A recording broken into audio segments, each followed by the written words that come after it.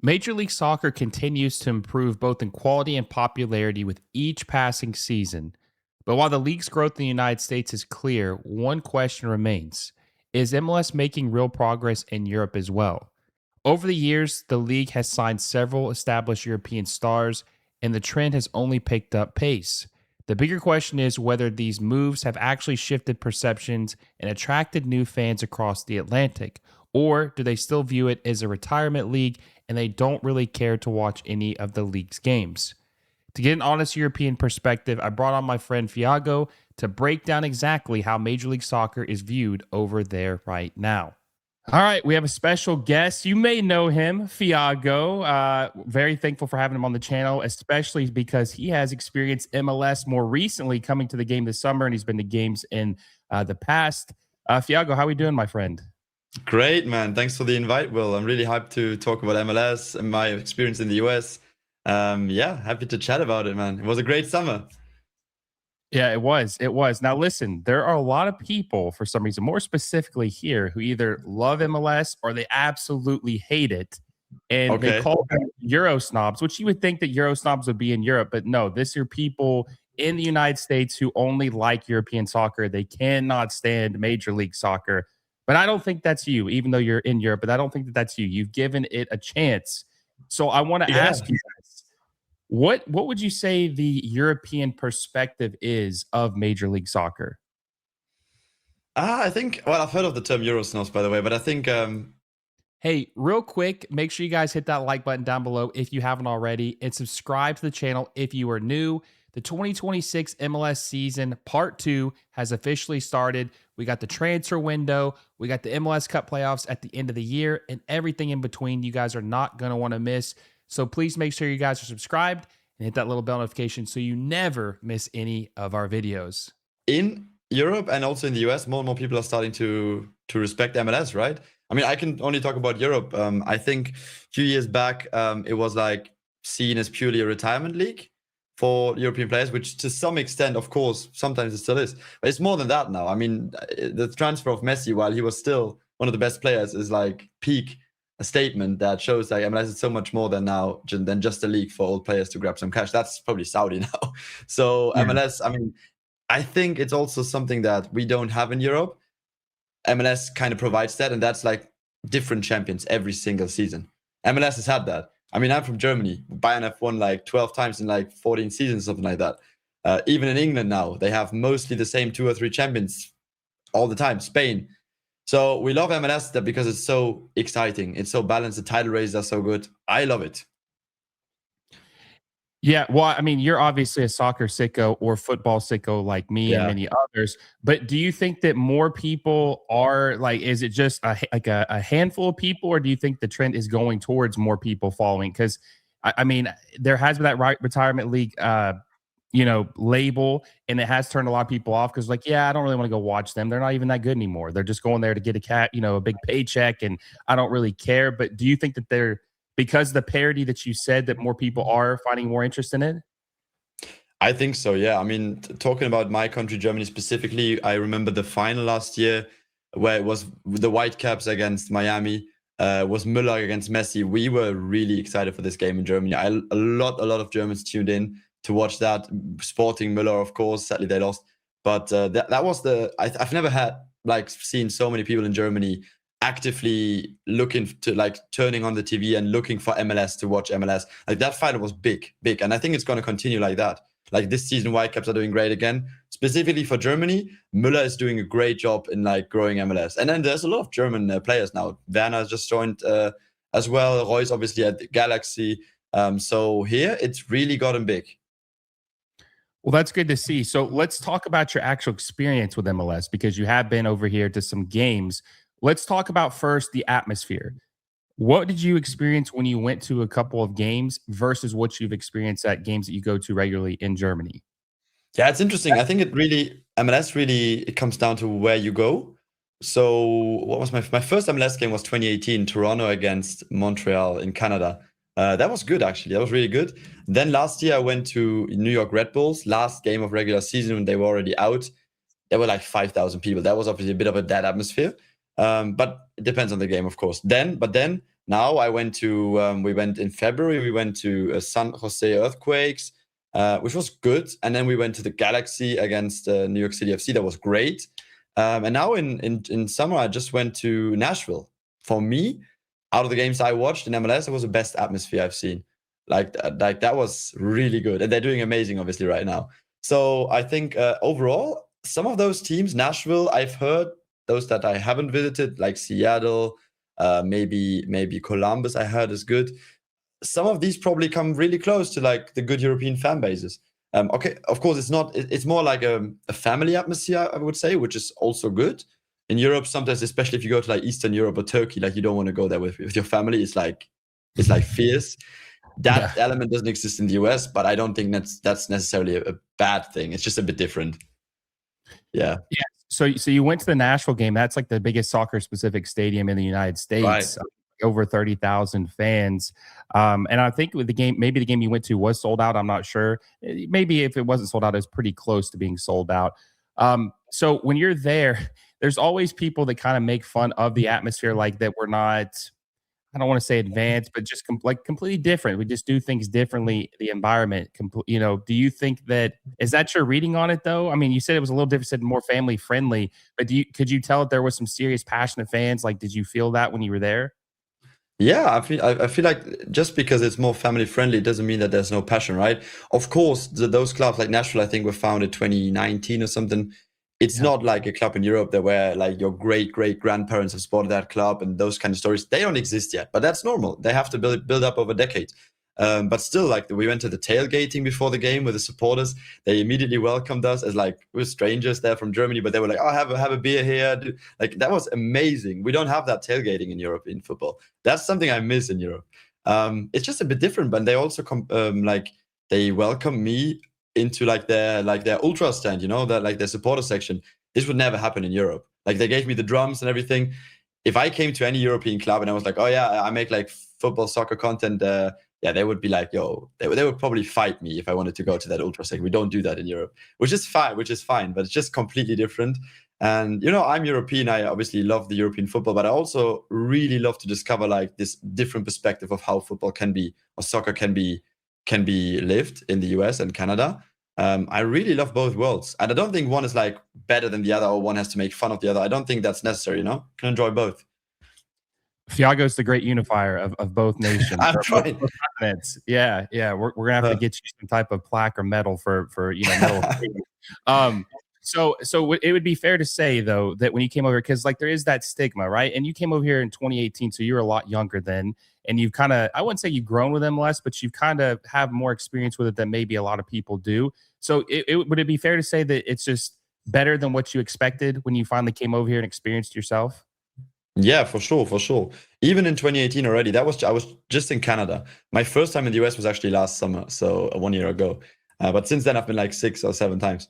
But even in 2018, when I went with my dad to that game in Toronto, it was way better than what we thought. It was just our last day of the vacation, I think, and we were like, "Yeah, let's go to that game. It's like $20." It was way better than we thought. And then now also, like Nashville, that really surprised me. It was against Atlanta. Obviously, they brought some fans, and they're a big fan base as well. Obviously, Atlanta. So they brought a lot of fans there as well. A bit of a rivalry. Loved that. Yeah, and I only want to explore more. Now we're planning a trip to like a bit of West Coast in end of September. Hopefully that works out. We do want to see Whitecaps. Hopefully that works out. So then I can report even more, maybe. Yeah. So Fiago's, look out for him, guys. He's going to be a new resident of the United States before you know it. I can see Possibly. it. He'll be over here before he's 30 years old. He'll be moving over here. Maybe. Yeah. You never know, right? You never know. Never know. Okay, so this is where it kind of gets sticky, right? This is where people really debate Major League Soccer, and that's how good is MLS. You watch so many leagues. You said you're a football junkie. You watch every league around the world, or try to as much as you can. There's so many teams, right? So if you had to explain the level of MLS to someone in Europe, what would you compare it to, like league wise? Ooh, it's difficult because obviously there's 30 teams. There's no league in Europe that has 30 teams, and I think in terms of, it depends. In terms of peak, like the best teams in MLS, they don't come close to the best teams in Europe.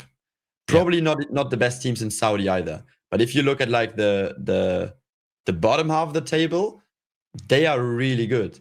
in terms of like they're way better than the Saudi bottom half teams, for example. I made a video on that recently, like way better. So teams are really close together there. I love that because it's competitive, it's exciting. But if we have to find like an average level of MLS, probably, well, the European top 5 leagues, probably they're the best in the world. I think Brazil is a bit better than MLS. It is for sure better. And then we probably got like your Portugals, Netherlands, maybe Belgium. But I think MLS can make top 10. I would say if we're realistic, we're fair, it's probably around 10th in the world, if that makes sense. No, I agree. I think now, I mean, people might say I'm a little biased on this, but I think what you said is very important.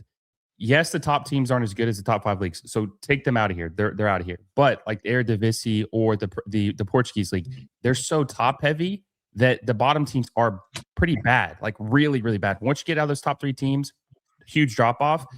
So that's like the question of what you value more. Do you think that a league is better because the top to bottom is better, their floor is higher than most of their leagues? That's a good one. And you mentioned the Brazilian league. I think the Brazilian league is better than Ligue 1 because they have so many good teams in the middle that are way better than the French league teams.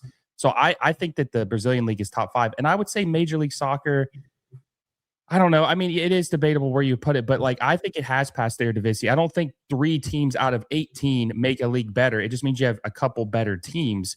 Major League Soccer, you mentioned about the floor being higher. That means that you're going to have a tough game every single week, rather than have a game with the worst team that's just horrible. You're going to win 5-0 every, whoever plays them. Yeah, no, that's true. Like who's last in MLS? Wait, I'm looking at the standings right now. It's like Atlanta. They're really bad right now, right? Yeah, they're bad. Austin FC is pretty bad. Atlanta's bad. Montreal's bad. There's a couple bad teams. But take like Atlanta, I think they would definitely beat a relegation contender in Portugal or the Netherlands for sure. But on the other hand, then Nashville would probably lose against Benfica or Ajax in the. That's just what, like, as you said, you have to like define, how do you define a good league? For me, I just said like average level, and I think MLS. I think it's good that MLS is so close together because there's no league. Probably like second divisions, the English Championship is pretty tough. Second Bundesliga too, but like first divisions, most of them are pretty imbalanced all over the world. Brazil is good. MLS also really close. I love that. Yeah, and so as far as MLS, they do this like a little bit. I won't say they do it better, but because they have the parity, is that something that, I mean, it's kind of hard, I guess, what you would have to do to get that. But is that one thing you'd like to see replicated in Europe? Is that parity where the whole league is more competitive rather than, like you said earlier in the show, like you said, Bundesliga has one winner or one champion 12 last 14 years? Yeah, I mean, it's a different system. Obviously, you don't have relegation promotion. This would never go through in Europe. But due to that, obviously, like teams are the team values, the club values are higher, obviously, in MLS because you have that security that you can plan for the first division. You don't have that in Europe, not really. And we do have playoffs. I love playoffs. Many European leagues have adopted that. None of the top 5, but like your like Belgium's and who else adopted that? Some leagues like Austria, Switzerland, they have adopted like similar systems where they like split the league. It's kind of, I don't know if it's coming ever to a European top 5 league. I would love to see playoffs in the Bundesliga because then maybe there's not going to be, because we have the cup, the DFB Pokal, where Bayern rarely wins that.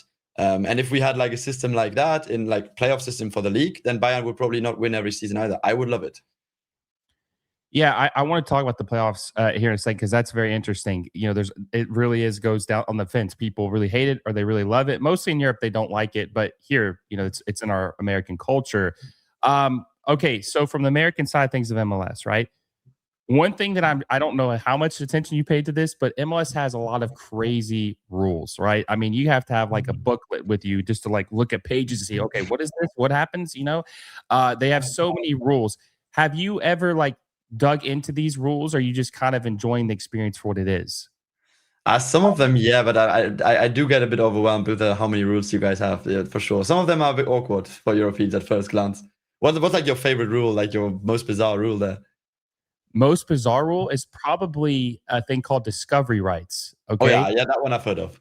Yeah. But it's just dibs, right? But like obviously the Vancouver Whitecaps or Cincinnati has not discovered Thomas Muller, or they have not discovered. Everyone knows who they are. That is just an absolute silly rule that the league has done. And I kind of understand why they did because they don't just want the biggest club to be able to get all the big names. They want at least a team to be compensated for getting them. But it's just silly, man. It's 2026. Like Yeah. if Thomas Muller doesn't want to sign with the New York Red Bulls, then he's not going to sign with the New York Red Bulls. Hey everyone, quick word from our sponsor, FanDuel. If you're into soccer like I am, you already know how exciting La Liga, the Premier League, and MLS matches can get. With FanDuel, you can make it even more fun by placing bets on your favorite teams and matches across all three leagues. Whether it's a Premier League showdown, a La Liga thriller, or an MLS game with your local club, FanDuel makes it easy and exciting to bet on what you watch. Just remember, you have to be 21 years or older to play. Please bet responsibly and only if you're of legal age and in a state where it's allowed.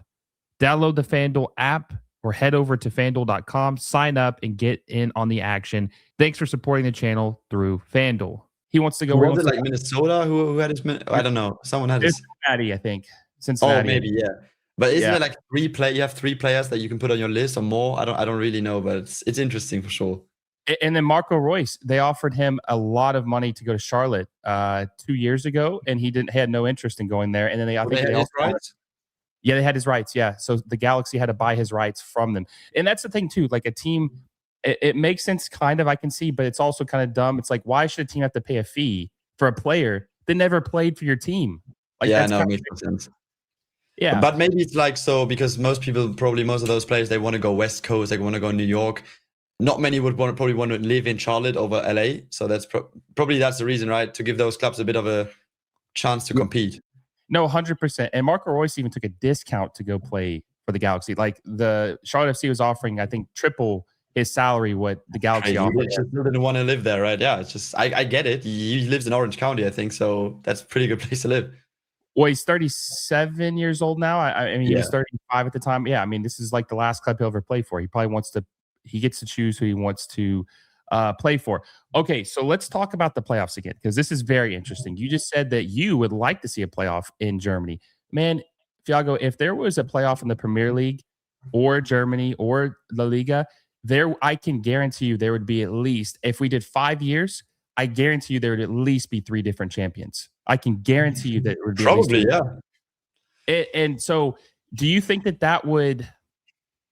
The argument I hear is that they say, well, it's not fair because you play good all season and then you can have one bad game and then you're out of the playoffs and you don't win any trophies. But isn't that what makes it cool? The pressure of like you have to win or you're out. Yeah, probably. I would love to see at least being tried for one season. But then the argument on the other side is probably that we have already the Champions League, Europa League, Conference League. That is kind of a playoff system, but just for all of Europe.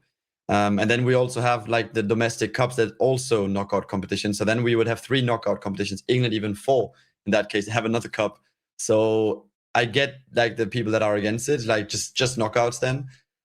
But I would like, especially in Germany, to see it once, because otherwise, like Bundesliga starts next week and we already know who's going to win it. And that's just not the point, right?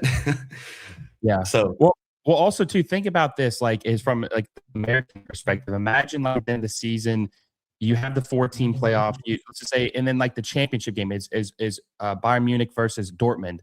If that was like the championship game to decide the champion of the Bundesliga, I promise you that would be like probably the most viewed game of all time in Germany. Like everyone would be like, like, oh my God, who's going to win? This is the championship, Super Bowl of Germany.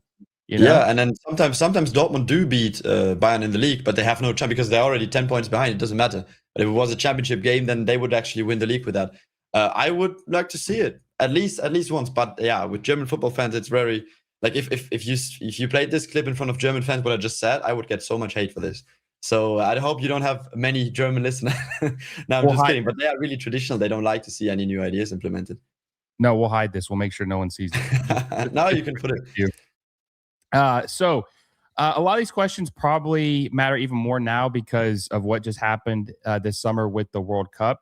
So I want to talk about the World Cup with you. You were here. I feel like you were here for the entire World Cup. Now, listen, this is not no hate towards Fiago. We love Fiago, right? He was probably the second most popular German in America. I think Freddie slightly had him beat out. I don't know. Freddie's undefeated. yeah. I think Freddie slightly had you edged out, man. Maybe you tried to connect with him. I don't know. But I met him in Nashville. Oh, did you meet him? Yeah, we were at the game together. That's awesome. That's That awesome. was So you're awesome. like Yeah. you're one of the handful of people that actually knows what he looks like. No Ronaldo emoji, right? Yep. Or picture. So you were here for the entire World Cup. It was better than I think people were expecting it to be. There was a lot of hate going into it, like saying, "Oh, it's going to be a disaster," yada yada yada. Did the country feel more like a soccer country than you expected? Yeah, for sure, for sure. I mean, I wasn't there for the entire tournament. I was not there for the group stages because I had like videos to do here. But I was there before the tournament in Chicago for the send-off game, US against Germany, and that was crazy, man. The here Soldier Field was pretty much packed, iconic Yeah. stadium, and they filled that for technically a friendly, even though it was a send-off game, but it was a friendly, and there was so much passion for the World Cup, so much excitement, so much hype, and then also during the tournament, of course. I mean, I think most Europeans, and we saw that on especially on X, most Europeans had their like expectations completely like turned around in a positive way, and they were really positively surprised about how hyped for football soccer the country is, including myself. It was great. Yeah, so you were in Chicago. Yeah, I do remember that because I think you posted something about I don't know. I think you like had like a pretty gnarly sunburn or something like that. I don't know. Oh I yeah, remember. that Yeah, was crazy on my yeah, neck. Yeah. yeah. I remember you posting about that. So did it feel like you could you just feel that energy in the streets? Like, did it just feel like, man, this is like insane? Like this, I cannot believe that this is America right now. Yeah, for sure. And then also, I met even like a lot of German, like German heritage Americans in Chicago that like met me, came up to me and were like, like they recognized me and they were like, oh, we support your club as well. They support my club, Hamburg. People from Chicago. I learned that there's even a fan group, like a big fan group of my club, Hamburg in Chicago. I learned about that. Met these guys randomly. Like there's big culture there, like big. So it's a shame that they didn't host, huh? But they didn't. I think they didn't want to because of financial reasons. But Chicago is definitely a soccer city. That I didn't know that before. No, they are, and I guess that like kind of points me to my next question about American soccer, right? This 65 million people watched the final of Spain versus Argentina. There were like 30 to 40 million people watching every single United States game here. And so I feel like this was the first introduction. I kind of knew this, but I feel like a lot of people were doubting it that this was the first introduction that the United States could be a football slash soccer country. Like it can be that. Um, are you a believer now that it 100% could be just as much as any other country in the world?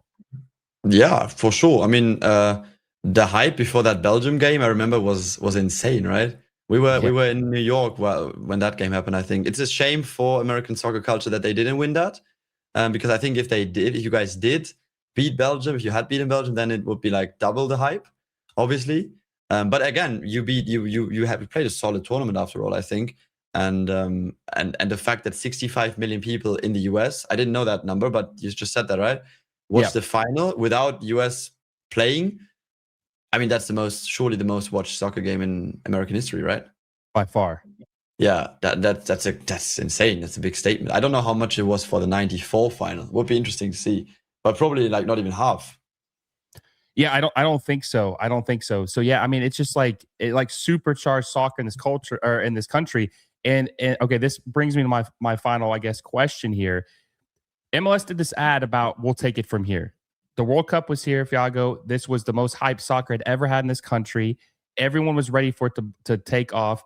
Major League Soccer, we talked a little bit about the rules. They didn't do anything significant. Now they are switching to the European calendar. I forgot to mention that earlier, but that's a huge deal. I'm very excited about that to be aligned with the major transfer windows. I think that's going to help them in that aspect. Okay, where does MLS go from here? First of all, and do you think that they missed an opportunity this summer with the World Cup? Oh, it's interesting. Did they miss an opportunity? You think they could have done more? Possibly, possibly, but they did. They did have that campaign, as you said. We'll take it from here. I was there in Nashville also as part of that thing. They invited us over to Nashville. It was really cool. Never expected to see Nashville or like Nashville to be this crazy. I think MLS. Well, where do they want to go? They're changing calendar now. I think it's good. Definitely, as you said, being aligned with Europe in terms of transfer windows. Japan is doing that right now as well. US doing that now. So that's gonna help for sure. But now they're gonna have to see how like there used to be a retirement league, like buying players 35 plus from Europe. I think the threshold of like how old are players gonna be when they join MLS or how how much past their peak, it's going to have to be lower and lower. Like eventually there has to be a point, if they want to grow, where MLS obviously competes with the European top 5 for players in their prime. That has to be the goal, right? No, I agree. I think a lot of people that will take it from here, like the quality is already decent. It's just not, I think, where Americans are very selfish. We want the best, the best. We have the best in every other sports league. So we want to be competitive in soccer too. Top 10 No, is it makes nice. sense. They want to be top 3, right?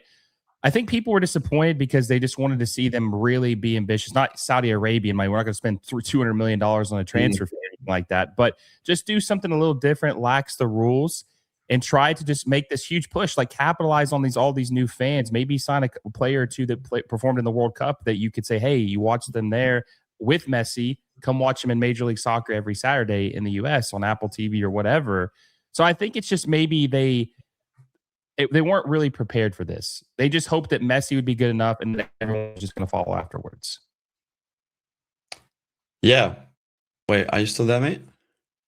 Oh yeah, sorry, Yeah. I lost you for a second. No, but do you not think that MLS might still sign? They're still signing a few players that played in the World Cup, right? So for example, Embolo now goes to Atlanta, I think, played well in the World Cup for Switzerland. Obviously, that's not a huge name, but it's a considerable name, and they will still be there's still going to be a few of those signings in this transfer window, no?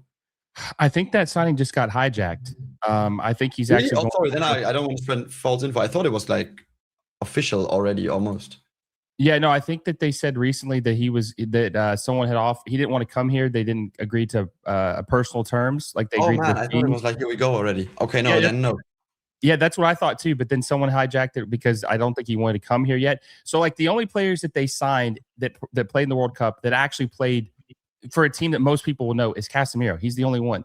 Now they have had a Right. couple good players who played for Tunisia or like smaller clubs, but not many people that the average soccer fan abroad's going to know who they are, right? Yeah. So that's my thing. And then last year they signed Son Heung-min. They had Thomas Muller. They had another one I'm missing too, but they were so I think the last window was better than this window. That is probably the most disappointing thing for me. Oh, Rodrigo De Paul came over last summer too. So they just had guys who were still playing for the national team, except for Thomas Muller. But Thomas Muller is a German icon. Like he's one of the best players of all time. So it's just a little different. I mean, it did sign Lewandowski, but I mean, that's not bad. The Chicago Fire, that's not bad. It's not bad. He's still good, but he didn't play at the World Cup, obviously. So a lot of people aren't going to connect that. It's just going to. I mean, it's not bad. It's not bad, but I just expected bigger, right? So I'm a little disappointed. I can't lie to you. I expected a little bit more. Maybe my expectations were too high. Okay, I want to ask you this too. Final question, right? Fiago, what do you think the realistic potential is for Major League Soccer? Do you think it could ever actually be a top 5 league in the world, maybe top 3, since they don't have Pro-Rel and they don't really have a strong federation like UEFA? I mean, we just have Mexico. That's it. Yeah, that's a good question. Obviously, they don't have that Champions League. I mean, CONCACAF Champions League is there, but it's never going to be probably the level of the UEFA Champions League. That's maybe a problem. But in terms of just the league, MLS, I think I see in our lifetime, I think it's going to overtake Ligue 1 for sure. I think if like the interest and the investment into US soccer continues the way it has been in the last decades, for sure. I don't know if there's going to be a team better than PSG, but overall, for sure, it's going to be better than Ligue 1. The rest of the top 4 leagues, I don't know. I don't know if it can be top 3 because obviously the Premier League is going to be almost impossible to catch. Let's be honest here. Also for the rest of the world, also for the rest of Europe. Bundesliga has like such a crazy established domestic fan base. It's the league with the biggest domestic fan base, I think, after Brazil in the world. It's hard to catch. La Liga is also, because of their top 3 clubs, insane. Serie A might be collapsing financially. They're not doing well. So I think realistically, in the next decades, we could see MLS overtaking Ligue 1 and maybe Serie A. So it could be top 4. It could be. I feel like if they had no financial restrictions, like say you just wave the magic wand, no restrictions, I do think there would be a club or two in MLS that would be a top 20 club in the world. I think Miami, because they're willing to spend so much money. And this is what I'm saying. I'm not saying with the current rules. I'm talking like it just if they change anything, could they be? Okay, no, that's a different question then. Okay. Yeah. Because I've heard people say even if they had no spending rules, right, that players still won't want to come over here because of what you just said. No Champions League, CONCACAF isn't as serious. They're not going to have that extra push to make them better. It's pretty much MLS. That's it. That's the best competition you're playing. But does that change your mind if the financial rules change? If there's not going to be like a cap on spending and like a this designated player rule. So if they essentially MLS is going to be spending like Saudi, maybe not like Saudi, but like have the freedom to spend like Saudi. That's what you're saying. Yeah. Possibly, yeah. No, it could be because obviously the money in American sports is like unrivaled. So if that kind of pours into soccer as well, for sure it could be top three. Yeah. Yeah, I mean, it's exciting times. Like I said, a little bit disappointing, but hey, listen, it is cool as hell, man, that you all the way from Germany have taken an interest in Major League Soccer. And I have seen a lot of people. That's why it was so cool to have you on. I see a lot of people in my watch alongs who are from Europe who want to follow MLS and see what happens Oh, because of that's the cool. mystery. It is cool. It's not the best, but it's unique. That's the best way. That's for sure. Yeah.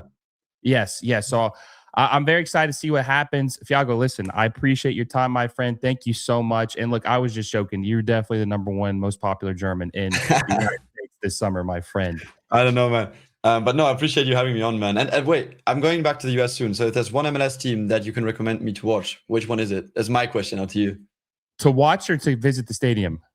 Visit and watch like live a game. Man, I think that Portland has got to be up there. Portland is amazing. Providence Park is historic. Better It than was Seattle? Yeah, I think so. And I know I'm gonna get in trouble for that, but yeah, I think so because it's got so much history. It wasn't even really originally, I think, a soccer stadium. It's a very old stadium. They've renovated and stuff, and it's on my bucket list. I've never even been to it, but it's like the place Okay. to go. Yeah, maybe we'll go together or something. I don't know. Yeah, Maybe we we'll should, go man. to Keep it in mind. Providence Park together. But that is one spot I definitely would highly recommend you go to. Good to know, man. I keep that in mind. Yes. I appreciate it so much, my friend. Guys, if you enjoyed the video, make sure you give us a like down below. Subscribe to the channel if you haven't already. Hit that little bell notification so you never miss a video. Until next time, guys, I will see you all soon.